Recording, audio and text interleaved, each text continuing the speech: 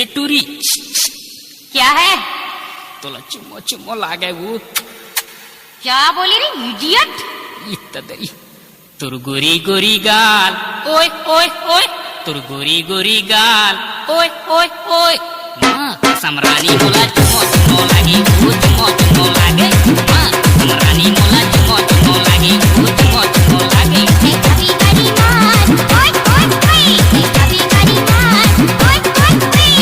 आज जना टूरा मोला मारो मारो लगी रे पिटो पिटो लगी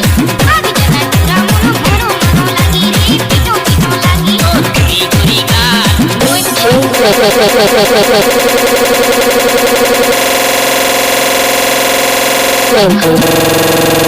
गोरी गोरी गाल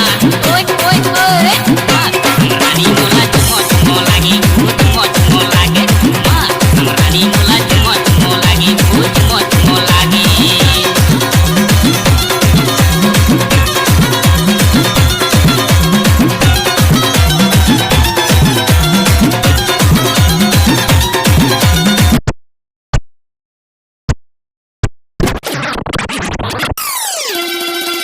ते खबी गरी मान ओए ओए ओए ते खबी गरी मान ओए ओए ओए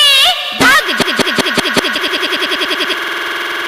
जना टूरा मोला मारो मारो लगी रे पिटो पिटो लागे भाग जना टूरा मोला मारो मारो लगी रे पिटो पिटो लागे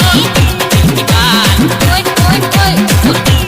गाल ओए ओए ओए आज करे भाई मोला चुम्मो चुम्मो लागे वो चुम्मो चुम्मो लागे माँ समरानी मोला चुम्मो चुम्मो लागे वो चुम्मो चुम्मो लागे ते नहीं मान बिना तो करंट छुआऊं हां करंट है दादा फ्यूज कर दे हूँ ऐसी और सुना था ले बताए डा तोर हिरनी जैसे चाल ओए ओए ओए तोर हिरनी जैसे चाल ओए ओए ओए माँ समरानी